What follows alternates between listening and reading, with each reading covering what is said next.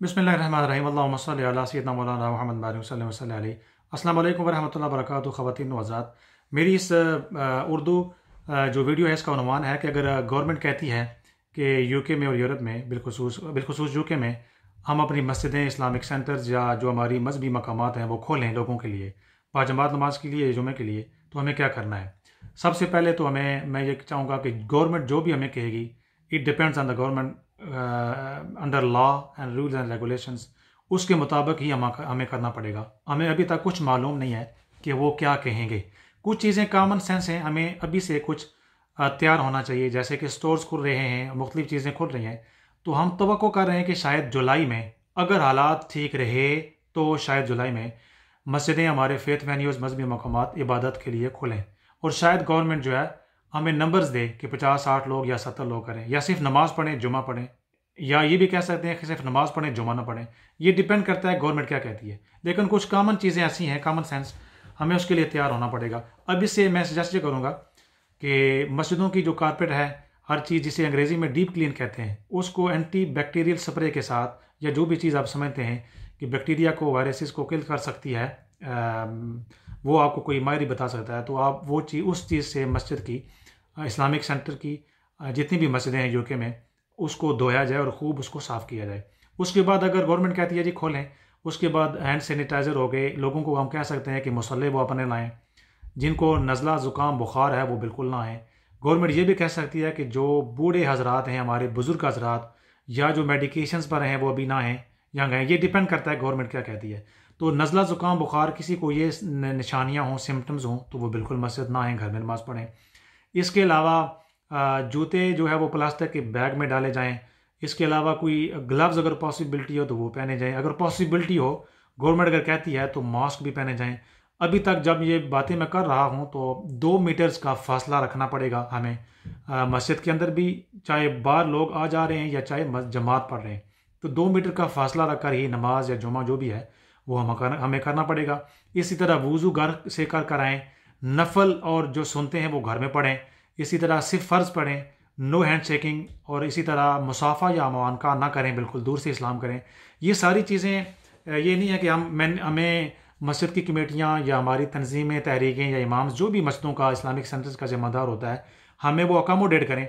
ये सारा का सारा हेल्थ एंड सेफ्टी के अंदर आता है कि हमने अपने लिए और दूसरों की हेल्थ एंड सेफ्टी और वाइडर कम्युनिटी की हेल्थ एंड सेफ्टी के लिए ये we have to take all these measures, हमें ये सारा करना पड़ेगा।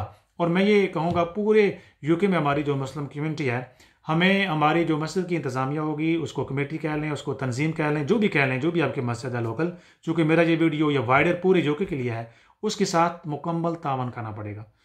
और मैं कमेटियों को भी, और जो ज़िम्मेदारान हैं, इमाम हैं, जो भी हैं इन अदारों के पूरे यूके में, उनसे भी दरख्वास्त करूँगा कि खुदा रहा BAME कम्युनिटी जो है हमारी, जिसमें हम एशियन लोग भी आते हैं, ये डबल चांस है कोरोना वायरस का, और अगर लगे तो मौत का आम, यहाँ यूके के शहरी जो हैं, जो हमारे सफ़ेद शहरी हैं यूके के कलर के, उनसे दुगना चांस होता है कि हमें ये अफेक्ट करे और नुकसान पहुँचाए।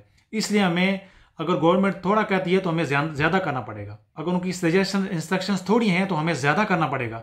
ये नहीं है चलो 10 और आने दें जी, चलो इसको आने दें जी, ये हमारा चाचा मामा है, इसको आने दें, हमारा दोस्त है। ये बात नहीं है। कोई भी है, स्ट्रिक्टली आपको रूल को फॉलो करना पड़ेगा। अगर हम नहीं करेंगे तो हम लोगों की जानों के साथ खेलते हैं। इस्लाम हमें सबसे ज़्यादा, हमें इस चीज़ का दर्स देता है कि हम दूसरे लोगों की जानों को बचाएं और अपनी जानों को बचाएं।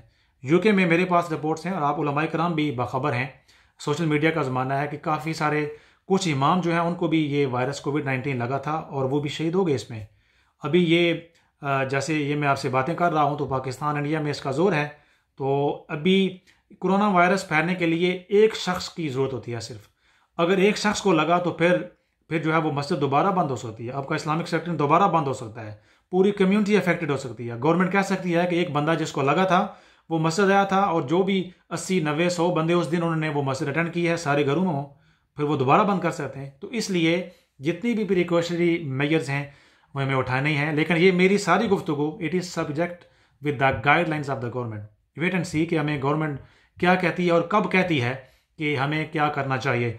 लोकल जो काउंसिल्स हैं हमारी पूरे यूके में, वो भी मौजूद हैं हमारी मदद करने के लिए, हेल्प करने के लिए। उनसे भी मदद ली जा सकती है। जो एक्सपर्ट्स हैं उनसे भी मदद ली जा सकती है।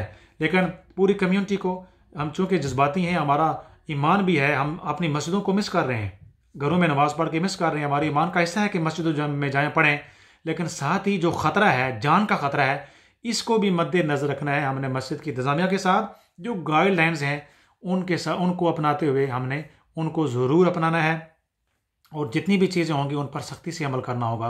अपनी ज़िंदगी के लिए, अपने घर वालों, ख़ानदान, फैमिली, वाइडर कम्युनिटी की सेफ्टी के लिए यह सारी चीज़ें हमें अपनानी होंगी। मुसल्ला अपना लाना होगा, घरों में वज़ू करना होगा। इसी तरह मस्जिद की जो इंतज़ामिया है या जो भी रिस्पॉन्सिबल लोग हैं, उन्हें 1-2 लोग अपॉइंट करने होंगे कि ये सारी चीज़ें इन प्लेस हों। वो इसलिए कि ख़तरा हमें ज़्यादा है, ऑफिशियल रिपोर्ट्स ये कहती हैं। बाकी जो फेथ वेन्यूज़ हैं, चर्चेज़ हैं या सिनेगाग हैं, वो तो इतवार को इकट्ठे होते हैं, वो दूर दूर बैठ सकते हैं। उनकी सर्विस या इबादत का वो तरीक़ाकार होता है। हमारी इबादत का और हमारी बंदी या अल्लाह ताला, हमारी जो हम नमाज़ें पढ़ते हैं, हमारा तरीक़ाकार तो बिल्कुल और होता है।